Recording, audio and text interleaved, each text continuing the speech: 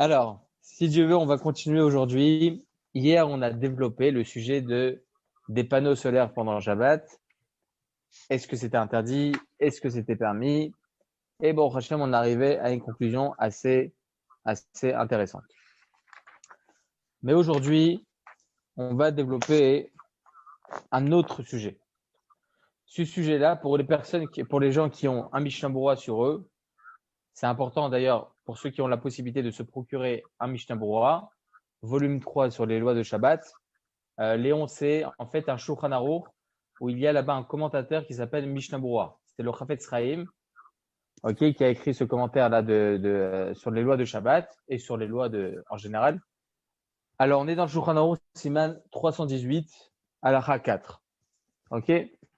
Tout d'abord, avant que je rapporte ce Shulchan Aruch-là, je vais vous rapporter, comme j'ai l'habitude, déjà la source de la Halacha pour qu'on puisse, Bezrat Hashem, avancer ensemble. Tout d'abord, il faut savoir que l'on va développer maintenant le sujet de cuisson après cuisson. Est-ce qu'il y a un interdit de cuire après une première cuisson ou pas? Alors, on avait déjà un peu discuté de cela dans un de nos cours, mais Bezrat Hashem, là, on va beaucoup plus développer pour que l'on puisse ressortir avec beaucoup de dalachot, si Dieu veut. C'est rapporté comme ça dans la Gemara, dans la Mishnah, pardon. C'est une Mishnah dans le traité Shabbat 145b. Ok? La Mishnah nous dit la chose suivante. Je vous le lis en hébreu et en araméen, et ensuite je vais vous traduire et vous expliquer. Il y a écrit comme ça. Kol sheba bechamin milifne Shabbat, shorin oto bechamin be Shabbat. C'est-à-dire, tout, tout plat qui a été cuit la veille de Shabbat, ça a été cuit. C'est un aliment qui est cuit la veille de Shabbat. On aura le droit pendant Shabbat de le faire chauffer. Au sens littéral, c'est pas vraiment ça, mais je vous explique la Gemara en même temps. Le faire chauffer, on a le droit, sans aucun problème. Bekol shloba mechamin me'erev Shabbat, tout ce qui n'a pas été chauffé la veille de Shabbat, madichin oto bechamin beshabbat, chutz min hamelach hayashan vikulia seispenin, shadachatan zoig malachtan. Le dernier passage de la Gemara, on va laisser de côté pour l'instant. On va plus s'intéresser sur le premier passage, qui est très, très, très important. La Mishnah nous enseigne que si on a un plat, on cuit tous nos repas la veille de Shabbat, ok, notre dafina, notre kala, comme vous avez dit au préalable, n'importe. En tout cas, on cuit tous nos repas la veille de Shabbat. Très bien.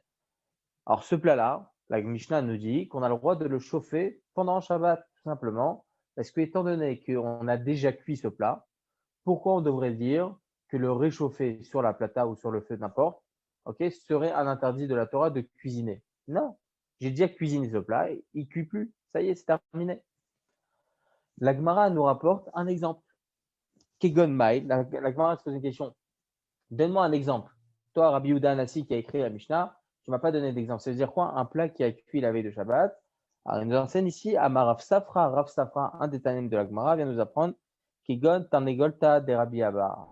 Comme le poulet que Rabbi Abba faisait chauffer pendant Shabbat. Il avait déjà cuit au préalable la veille de Shabbat. Et maintenant, on le demande, il avait l'habitude de le réchauffer pendant Shabbat. En tout cas, la Gemara vient de nous apprendre que c'est permis de réchauffer un plat durant Shabbat sans aucun problème. Très bien. Alors, nous rapporte la Gemara l'exemple de Rabbi Abba qui avait l'habitude de chauffer son poulet, qu'il avait bien évidemment cuit la veille de Shabbat. On avait le droit de le réchauffer pendant Shabbat. Alors, sur cette Gemara-là, sur cette Mishnah, on avait rapporté une discussion dans les Rishonim. Ok. Les Rishonim se posent la question, est-ce que tout plat qui a cuit la veille de Shabbat, j'ai le droit de le réchauffer pendant Shabbat ou pas? Ça, on a développé hier. On a dit que selon certains, on n'a aucun problème de faire réchauffer un plat qui soit liquide ou solide. Aucune différence. C'est l'avis du Rambam, du Rashba, du Ritva, du Ran, etc., etc. Et nous avons un avis divergent qui est le Roche, le riz, Tosfot, etc., qui pensent, eux, que si c'est un aliment liquide, c'est un problème. Pour quelle raison? Parce qu'un aliment liquide, plus on le met sur le feu, plus on le met à chauffer, plus il va s'améliorer. Contrairement à un aliment sec, que plus on le met sur le feu, plus il va se détériorer. Très bien. Donc, le Shulchan Aruch, lui, il a tranché la halakha, Siman 318, que, effectivement, il y a un problème de réchauffer un plat qui était liquide. Maintenant, ce que vous dites, vous, David, c'est en ce qui concerne l'eau. On a développé hier le sujet de l'eau, que spécifiquement par rapport à l'eau, l'eau, selon la loi stricte, je précise bien selon la loi stricte, toute personne qui peut être plus stricte, il sera digne de l'orange. Mais il faut savoir que selon la loi stricte, on aurait le droit de prendre de l'eau qui a déjà chauffé la veille de Shabbat, qui a déjà chauffé, et maintenant qui a refroidi, j'ai le droit de la remettre sur la plata. Que de l'eau. Attention, que de l'eau. Pas verser de l'eau dans une dafina et tout ça. Non, je parle pas de ça. Je parle vraiment que de l'eau.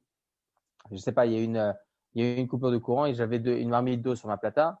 OK? Et je l'ai sortie. Est-ce que j'ai le droit de la remettre ou pas après que la plata soit rallumée? Oui, sans aucun problème.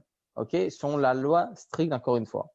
Alors, on avait toujours dit, et comme ça, étrange de Shulchan Arour, que tout aliment liquide, interdit de le réchauffer pendant Shabbat. OK? Interdit de le réchauffer pendant Shabbat. Maintenant, c'est qu'un aliment solide qu'on a le droit de remettre sur la plata pendant Shabbat, sans aucun problème. Maintenant, en ce qui concerne l'eau, effectivement, comme on a dit hier, étant donné que c'est l'eau, ça se détériore, plus on va le chauffer, plus ça va se détériorer. Donc là, ça rentre dans la catégorie, entre guillemets, selon les paramétrages d'un aliment sec. OK? Donc, il se pourrait qu'on aurait le droit de réchauffer son eau pendant Shabbat. Maintenant, vous vous posez la question, David, par rapport à la dernière partie de la Gemara. Je vais vous rapporter tout de suite cette partie-là. C'est rapporté dans la Mishnah, pardon, la dernière partie de la Mishnah. Il y a écrit ici qu'un aliment qui n'a jamais été cuit, il y a écrit comme ça qu'on a le droit de le laver avec de l'eau chaude, mais schutz minamalia chayashan vekulia seispenin. C'est quoi? C'est du charabia. Non, ce sont des sortes de poissons très, très, très salés. Que la seule façon de pouvoir réchauffer, de pouvoir manger, de consommer ce genre de poisson, c'est de verser dessus de l'eau chaude. Ok? Si on ne verse pas dessus de l'eau chaude, c'est immangeable. Alors là, la Mishnah vient nous apprendre que ce genre de poisson interdit de verser de l'eau chaude dessus. Pourquoi? Parce que adachatan zoigmar melartan. Le fait que je verse dessus de l'eau chaude, je finis en fin de compte le travail pour que cet aliment soit consommable. Alors, selon ce que vous dites, vous me posez une question. J'ai un aliment qui n'est pas consommable maintenant et j'ai envie de verser de l'eau bouillante dessus. Est-ce que c'est permis ou pas? Il semblerait que c'est semblable à ce que nous venons de dire. Tout aliment qui est immangeable, on n'a pas le droit de verser de l'eau bouillante dessus pour que ça devienne mangeable. On avait parlé de la semoule hier ou pas? Non. Alors justement, on va en parler tout de suite. Je m'étais posé la question depuis plusieurs années en ce qui concerne la préparation de la semoule pendant Shabbat. La semoule pendant Shabbat. Est-ce qu'on a le droit de préparer de la semoule pendant Shabbat? Comment on prépare la semoule? Alors, je sais m'y faire. Bon, Hachem, je le fais souvent. C'est, on verse de l'eau chaude dedans. On met du sel, un peu d'huile d'olive, etc., un peu d'épices. On touille. On laisse à peu près recouvert 5 minutes. Et après, on retouille après 5 minutes et c'est bon. C'est mangeable. Avant, ce sont des graines qui sont sèches, qui sont dures. Donc, est-ce que ça serait permis pendant Shabbat de verser de l'eau chaude, en fait, de préparer une semoule pendant Shabbat?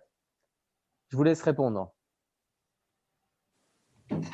Non, parce que ça ressemble au cas de la Mishnah. Ça voudrait dire qu'on termine quelque chose.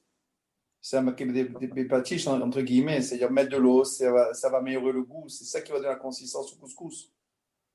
Ça va donner de la consistance au couscous et il semblerait, comme vous avez dit, ça ressemble aux poissons qui sont immangeables de cette façon-là, seulement si on verse de l'eau chaude dessus.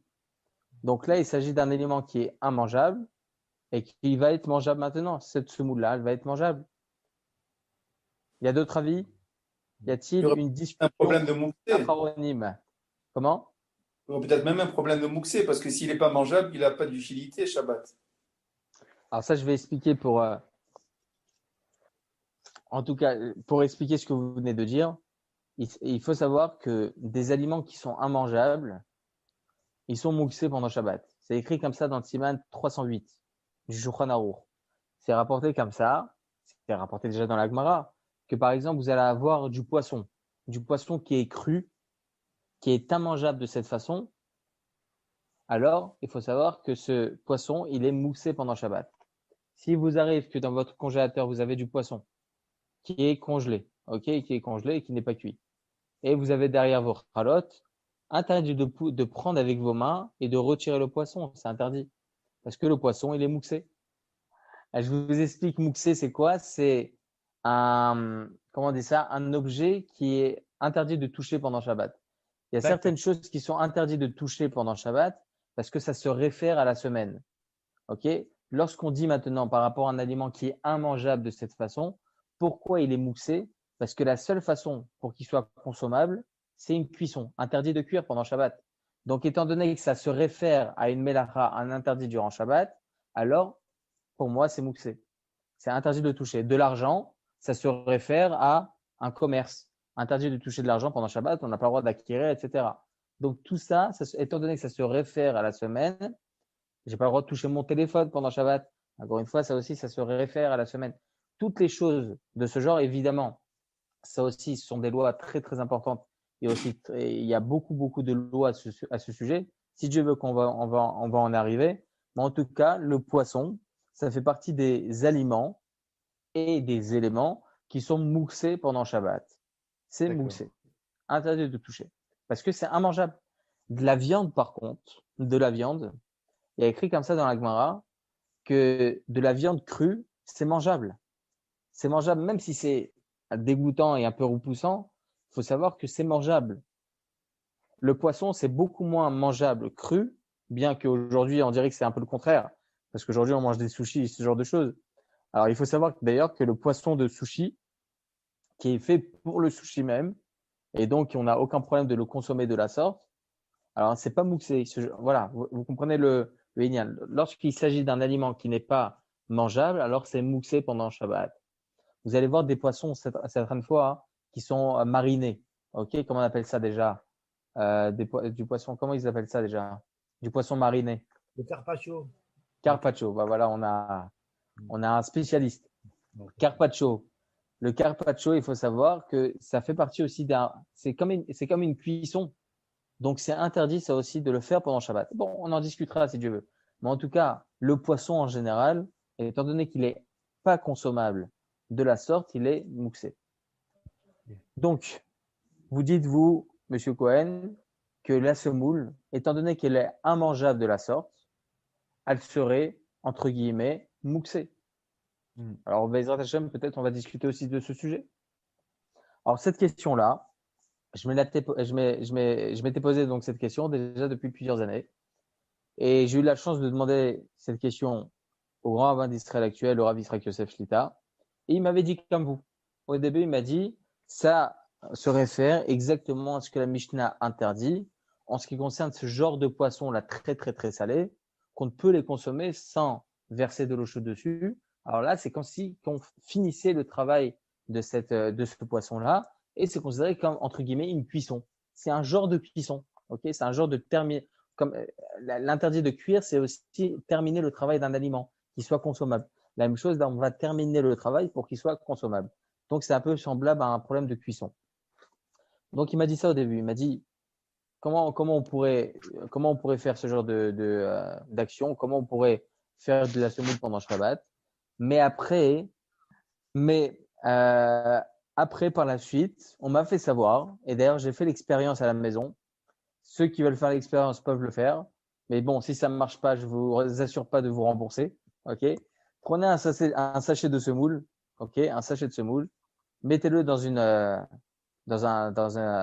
truc, dans un bocal. Et essayez de mettre de l'eau froide dessus. Mettez-le de l'eau froide dessus, du sel, de l'huile d'olive, etc. Touillez de la même façon que vous allez faire donc avec l'eau chaude. Laissez 5 minutes. Et ça va vous rendre de la même façon que si ça avait été de l'eau chaude. Et là, c'est très intéressant. Parce que là, l'eau chaude, elle va pas avoir son importance. L'eau chaude n'aura plus d'importance. Moi, l'eau chaude qui m'était interdite jusqu'à maintenant, c'était un problème de cuisson. Je termine le travail. Mais là, j'ai pas besoin d'eau chaude. Je peux même faire à l'eau froide. Essayez de le faire. Encore une fois, je rembourse la personne si ça marche pas. Mais voilà. C'est ce genre de choses, oui, ça marche. Si avec de l'eau froide, de la semoule peut devenir du couscous mangeable. Donc ça devient solide. Ça voudrait dire qu'on pourrait éventuellement poser ce plat de couscous sur la plata et le manger Shabbat dans la journée, Shabbat midi par exemple. Ça serait quoi le problème? Ah, vous posez une Pour bonne moi, j'en vois question. plus maintenant. Maintenant que l'eau froide permet de réaliser du couscous, il n'y aurait plus de problème a priori. Ah, mais vous posez une meilleure question. Je ne sais même pas si vous êtes arrivé à votre question. Selon ce que vous me dites maintenant, c'est une superbe question. Parce que là, l'eau froide qui se trouve à l'intérieur n'a jamais été cuite. Ah, exact. Donc, logiquement, on Donc, pourrait poser. ah, voilà, ça je le note. Hein. Désolé. Ah, ça, vous voyez ce que je vous ai dit au début. Tout le monde apprend. Faire chauffer. Une seconde, hein, une petite seconde. Bien sûr.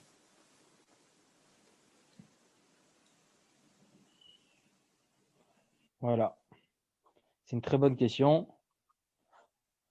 Ça me rappelle par rapport aux beignets. Vous en avez parlé? Dans les beignets, ils mettent aujourd'hui de la confiture, mais diluée avec de l'eau. C'est commercial. Pour, pour ne pas trop perdre de confiture et pour qu'il y ait plus de confiture pour plus de beignets. Ils diluent donc la confiture au jour d'aujourd'hui avec de l'eau du robinet directement. Quand est-ce qu'ils mettent la confiture? Bien évidemment, après la cuisson du beignet. Ils prennent comme une pipette comme ça, ils font rentrer la confiture à l'intérieur. Donc, l'eau qui se trouve à l'intérieur du beignet, elle n'a jamais été cuite. Donc là, effectivement, on pourrait se dire que là, on transgresse un interdit de cuire pendant Shabbat. Prendre de l'eau qui n'a jamais été cuite la veille de Shabbat, on n'a pas le droit de la mettre sur la plata, c'est évident. Ok? Il faut que ça soit déjà un aliment qui est cuit et préalable, au minimum.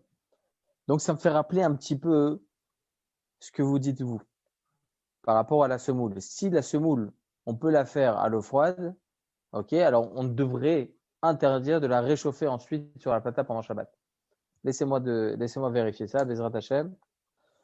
Selon ce qu'on vient de dire, de la semoule, étant donné qu'on peut la faire à l'eau froide, ça ne devrait plus rentrer dans l'interdit de cuire. Ça ne devrait plus rentrer dans l'interdit de la finition d'un travail. Je vais vous lire en quelques secondes ce que dit le Mishnah Berurah à ce sujet. Siman 318, alinéa, Sif Katan, Lamed Vav.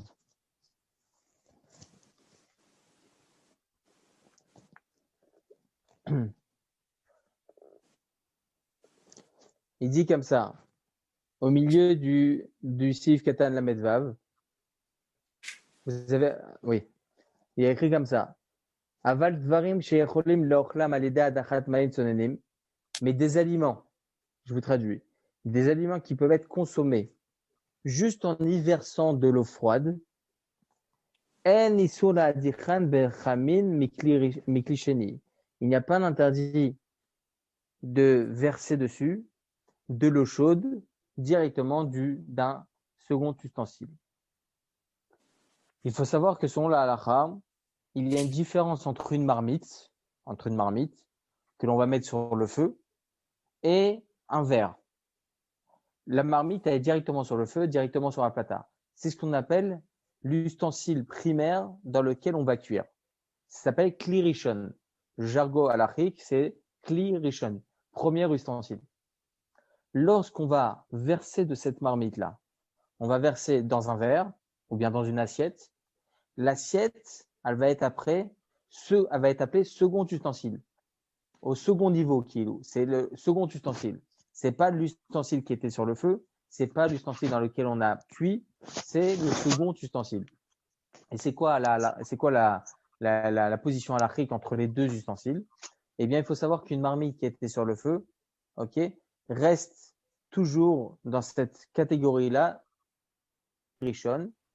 Il sera interdit de verser de l'eau à l'intérieur directement du robinet, par exemple, même si on a sorti la marmite, on l'a mise sur notre plan de travail, elle est encore brûlante, interdit de mettre de l'eau froide à l'intérieur. Pour quelle raison? Parce que les parois de la marmite vont continuer et continuer et continuer à cuire ce qui va rentrer à l'intérieur de la marmite. Alors qu'à partir du moment où je verse de la marmite et je verse dans une assiette, l'assiette, les parois à la base, elles étaient froides. Maintenant, elles sont devenues chaudes à cause de l'aliment. Mais en fait, les parois, ils vont être là, ils vont refroidir le plat. Ils vont plus réchauffer le plat, ils vont refroidir le plat. Pour cela, voilà donc la différence entre Kli Rishon et Kli Sheni. Je vous donne un exemple simple. Le Tosfot, un des Rishonim, il y a à peu près 900 ans, qui a été commentaire du Talmud, il écrit comme ça, dans le traité Shabbat, il écrit que Kli Sheni lo mevashel, c'est-à-dire le second ustensile, ne cuit pas. C'est-à-dire on ne pourra jamais avoir un interdit de cuire dans une assiette, dans un verre, etc., où on y a versé quelque chose. Impossible. Le second ustensile ne pourra pas faire office de cuisson. Je vous donne un exemple simple pour comprendre ce que je viens de vous dire. Vous avez un café. Vous avez versé de l'eau chaude directement de votre bouilloire dans votre café. D'ailleurs, ça c'est permis, il faut le savoir. Ok, il n'y a aucun problème de verser de l'eau chaude directement sur son café pendant Shabbat. On verra Bezrat Hashem ça par la suite. Donc, on a versé de l'eau bouillante sur notre café. Maintenant, on aime le café au lait. Le café au lait, on aime tous. On a envie de rajouter une petite larme de lait par-dessus. Ok, pas l'israélienne où il rajoute la moitié, une petite larme de lait par-dessus. Alors, lorsqu'on va y verser, on pourrait dire, attends, mon café, il est brûlant. Mon lait, il est froid, il est sorti du frigidaire. Je suis en train de cuire, c'est interdit. Non, la halakha nous dit que non, tout simplement parce que Kli Sheni lo mevashel, mon verre, il est considéré comme étant le Kli Sheni, le second ustensile.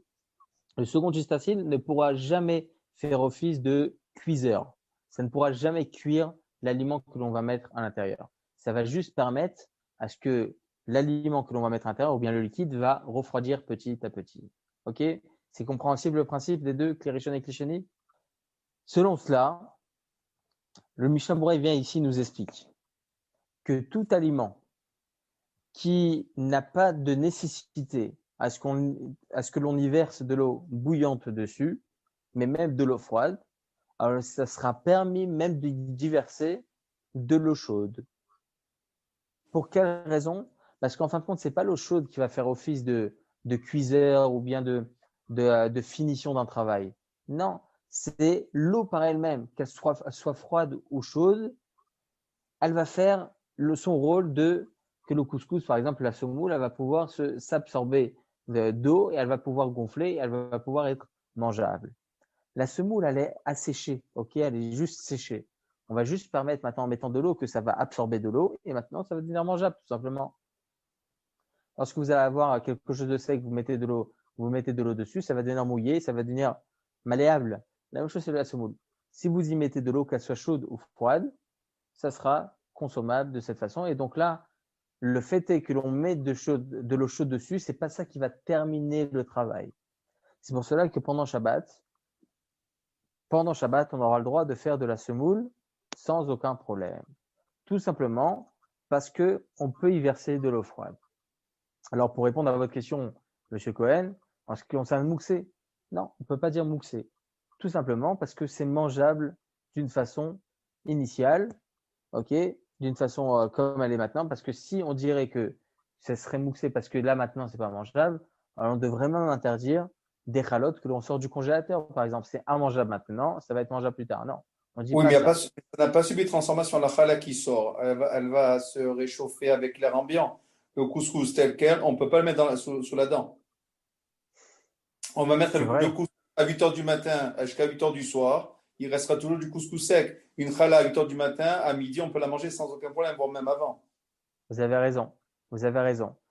Mais on a aussi une autre généralité dans les crottes mouxées, que tout ce qu'on n'a pas repoussé, tout ce qu'on n'a pas mis de côté, alors c'est pas mouxé. Je vous donne un exemple. L'exemple type qui est rapporté dans le Talmud, c'est faire sécher des figues et des dattes, etc. Avant, ils faisaient sécher leurs figues sur le toit, ok, pour que le soleil puisse frapper dessus, etc., pour que ça s'assèche. Lorsque la personne met la veille de Shabbat ou bien début de semaine, il met ses figues au-dessus de son toit, il redescend, ça s'appelle Dachano Beyadaim. C'est-à-dire que ça, on l'a laissé de côté. On l'a laissé de côté. À partir du moment où la personne a détaché son esprit de cela, alors effectivement, là, ça sera mouxé. Ça sera mouxé. Un autre exemple, je vous donne un truc qui est tellement important de savoir que les gens ne savent pas. Lorsque vous mettez une lampe une lampe avec une prise, vous la mettez sur un banc, mettez sur une petite chaise, dans votre chambre. OK? Alors, vous mettez cette lampe, etc., sur cette chaise. Et là, il y a un invité qui vient. Vous avez besoin d'une chaise. Est-ce que vous avez le droit de déplacer la lampe ou pas? Mais comment? peut-être. On a besoin de l'objet. Sur le gouffre, les soirées, Non, c'est Moxé. Oui, mais on a besoin de la chaise. De la chaise, oui. Donc, on peut. En faisant. Le problème, c'est que cette chaise-là, elle est devenue mouxée. Oui. C'est pas que la lampe qui est mouxée. C'est la chaise qui est mouxée. Parce que moi, dans mon esprit, j'ai détaché mon esprit complètement de cette chaise la veille de Shabbat. On fait pas toujours gaffe à cela. Hein. Les Hashem qu'on étudiera, il Ilchot Moussé, on développera chaque sujet. Je sais que c'est pas simple et c'est dur de tout capter d'un coup, mais c'est important de vous faire comprendre le sujet même parce que vous parliez de Moussé, donc c'est important de vous faire comprendre ça. Par rapport à ce banc, à cette chaise, non, j'ai détaché mon esprit de ce banc, interdit de déplacer la lampe. Alors, et si l'invité lui prend la chaise? Comment? Si l'invité a besoin, lui, de la chaise, qu'il n'a pas détachée, il voit une chaise, il voit une lampe, il a besoin de la chaise pour lui, pour s'asseoir. Je ne parle plus maintenant du Baal, je parle de l'invité. Il n'a pas le même Inyan de Mouxé que le Baal. Ça appartient à qui? Au Baal. Mais toi appartient, toute la maison appartient au Baal. Par exemple, la maison appartient à l'invité, il a pris le téléphone, il a mis, je sais pas, dans le tiroir où il y avait les ustensiles, les couverts pour le Alors, vous repas. dites deux choses. Non, là je vous explique à tous. Ce que voulait dire M. Cohen, c'est que à partir du moment où c'est mouxé pour l'un, ça ne veut pas dire que c'est mouxé pour l'autre. Je vous donne un exemple simple. Il y a écrit comme ça dans le Talmud. Je pense que vous l'avez avoir déjà rapporté cet exemple. Lorsque David Ameller, le roi David, il est décédé Shabbat. le jour du Shabbat. Il est décédé le Shabbat. Son fils, Shlomo, il ne savait pas comment faire. Il faut savoir que sur la halakha, il y a écrit comme ça dans Siman Shintet, si je ne me trompe pas aussi, Siman Shin Yud, pardon, 310. C'est rapporté là-bas que à Shemerachem, que l'on puisse jamais entendre ce genre de choses, mais en tout cas, une personne qui est défunte, elle est considérée comme étant mouxée. Mouxée. Alors, bien évidemment, c'est pas le moment de développer ce sujet, mais bien évidemment, il faut savoir que selon la halakha, on autorise de certaines façons, etc. Bien évidemment. Mais lorsque David Ameller, le roi David, il est décédé, Shlomo Ameller, il ne savait pas comment faire. Comment je vais déplacer mon père? Vous savez comment il est décédé, David Ameller? David Ameller, il étudiait à chaque seconde. Chaque seconde.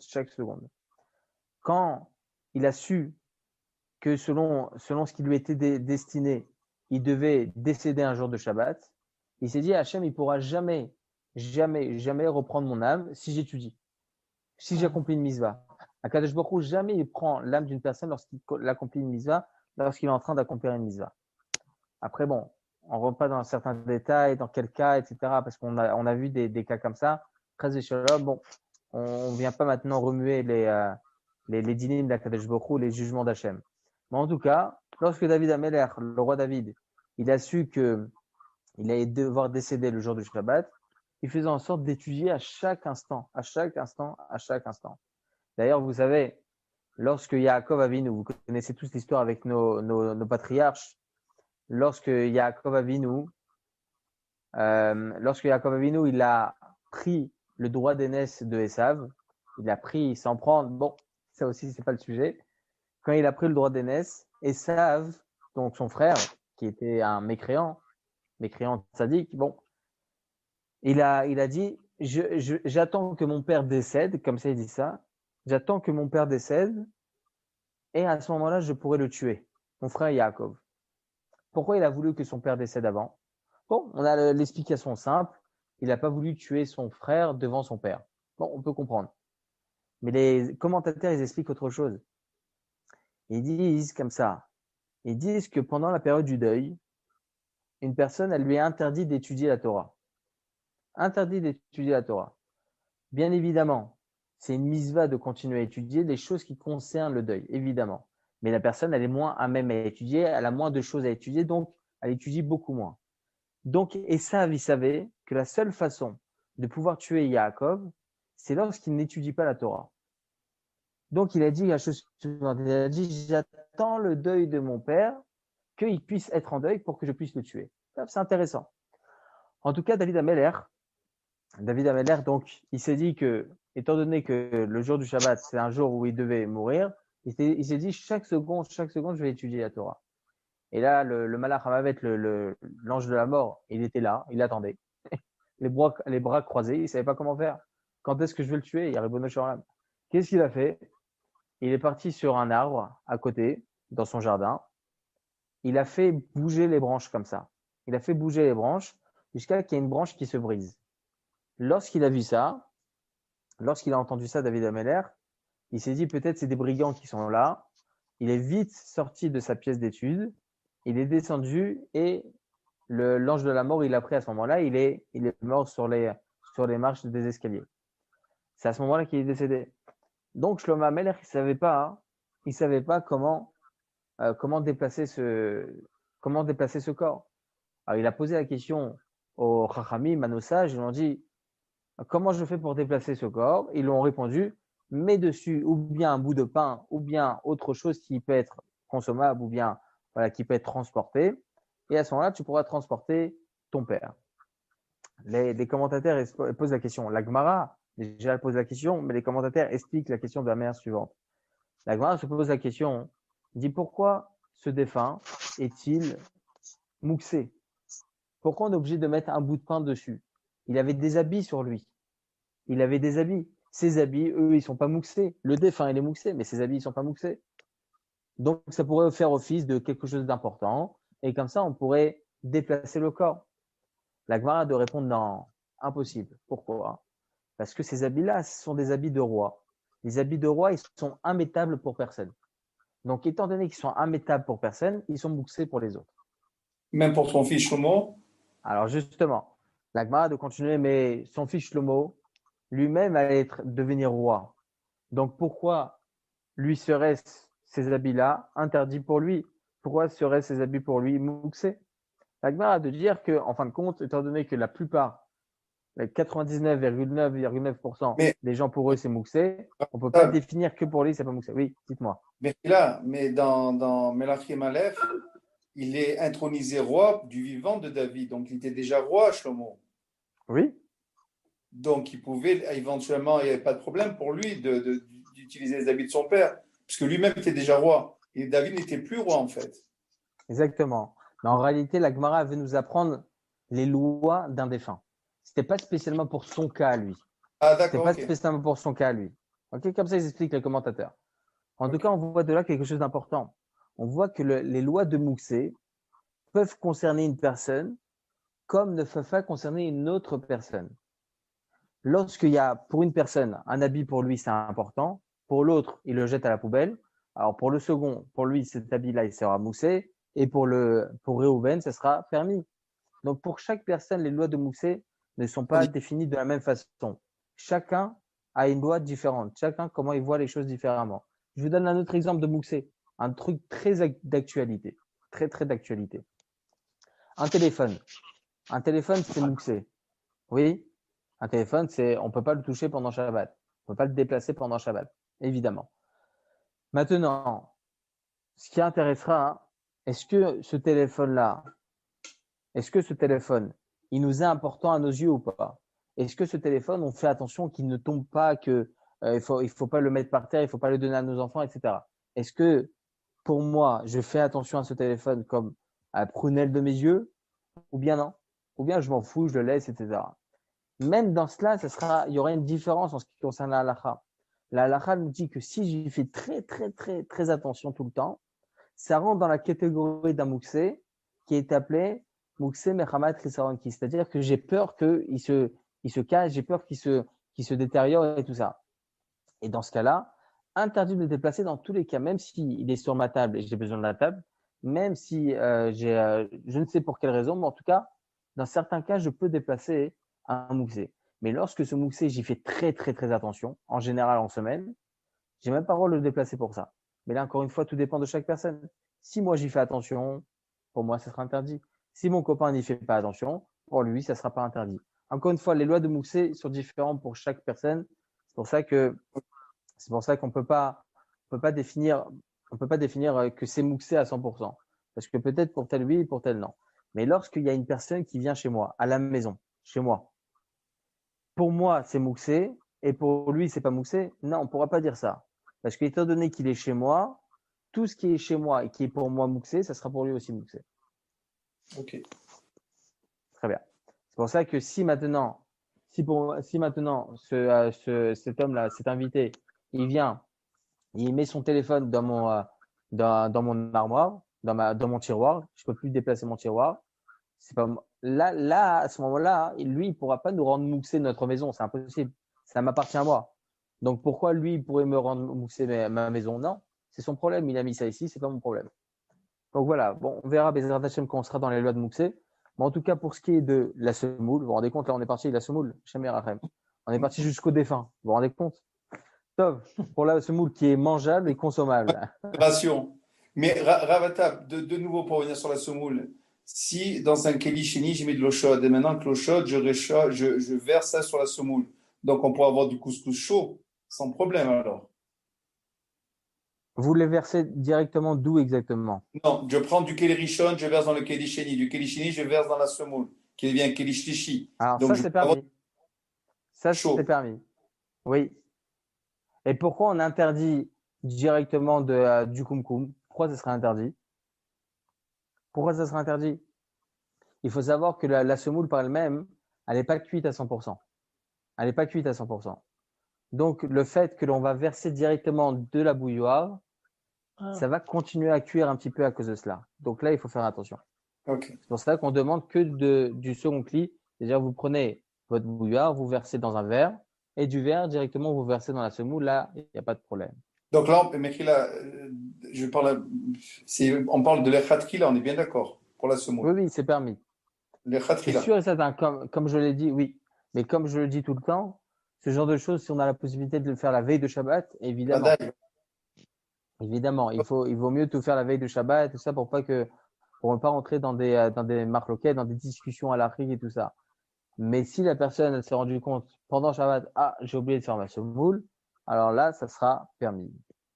Ok. Alors, une question, tout ce qui est, ça veut dire que tout ce qui est cuisson, par exemple, un poisson, on met du citron dessus, un exemple. Ça veut dire que dans ces cas-là, c'est pareil, il n'y a pas de problème parce que le citron, il cuit aussi quelque part.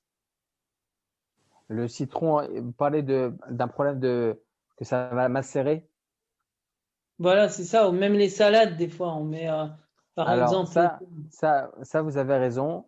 Ça, Bezrat Hashem, c'est la suite des lois de cuisson. Il y a une autre sorte de cuisson, comme dit monsieur, c'est le fait de macérer. Par exemple, mettre du sel et de l'huile, etc., dans une salade de concombre tomate. On peut pas préparer ça vendredi soir pour le lendemain. Non, c'est interdit. Parce que, ça veut dire que ça, dans ce cas-là, quand des fois il reste des salades où on a mis du sel, logiquement, on peut pas les reconsommer le lendemain? non, c'est pas ce que j'ai dit. J'ai dit que si maintenant on a préparé une salade pour le lendemain, là c'est un problème. Mettre du sel et mettre du citron comme ça sur concombre tomate, oui là ça fait comme si j'en faisais quelque chose de mariné, ok? Donc là, il faut faire attention parce que ça va mariner. Le lendemain, on va voir d'ailleurs que les tomates, les concombres, ils vont être beaucoup plus mous. Oui. Ok, donc là, ce sera considéré déjà comme une certaine cuisson. C'est ce qu'on appelle dans la halakha kavouche.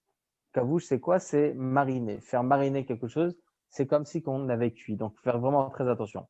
Effectivement, là, vous dites quelque chose d'intéressant. Bezrat Hashem, on en parlera par la suite.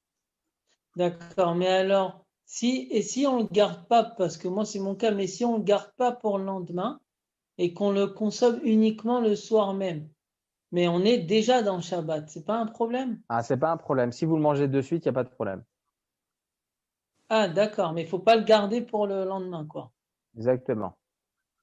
D'accord, très bien. Tout ce qui est citron, sel, c'est ça?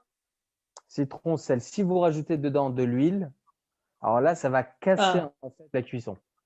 Ça pourra plus Ah, si continuer. on rajoute de l'huile d'olive, par exemple, Ça c'est va plus casser. considéré comme. Ça va casser la cuisson. D'accord. Même si Ok. ça cuit quand même, c'est pas grave, quoi. D'accord. Ça va pas cuire. Ça va pas cuire. Ça va casser la Ok. cuisson dans tous les cas. D'accord, très bien. Ok. Combien de temps de préparation avant de le consommer? C'est-à-dire que si je le Une demi-heure à peu près. le À peu matin, près une demi-heure. une demi-heure. D'accord. À peu près. À partir du moment où vous sortez de la choule, de la synagogue, votre femme, à peu près, elle sait que c'est à peu près à ce moment-là. Je Elle prépare. peut préparer depuis ce moment-là. Ou bien même vous rentrez à la maison, vous voulez vous-même préparer. D'accord. À peu près une demi-heure avant le repas. D'accord. Une demi-heure avant le repas, c'est considéré comme étant le plus proche du repas. D'accord. Ok. Même si cette fameuse salade, on la mange dans 3 heures après. On est bien d'accord. Justement, il faut que ce soit le plus proche du repas, c'est ce que j'ai dit. Non, mais si le repas, imaginons que moi, je ne veux pas manger de salade. J'aime manger la salade à la fin. Je Ah l'ai non, il n'y a aucun préparée. problème. C'est Tant ça. que, On est tant bien que vous d'accord. commencez votre repas, C'est à vous partir faites du moment partie où du on repas, même si, voilà. On ne parle pas du moment de consommation, on parle du moment où on va commencer le repas. Très bien. Ok, messieurs, je donne cours dans 3 minutes. En tout cas, Khazak ou Barour, on se revoit Zach, avec l'aide d'Hachem demain. Et voilà. Ok? Toda, Rabbi. Allez, Bonne soirée à Erev tous. Tov, Hanouka à sa mère. Erev Tov. Au revoir. Hanouka Sameach.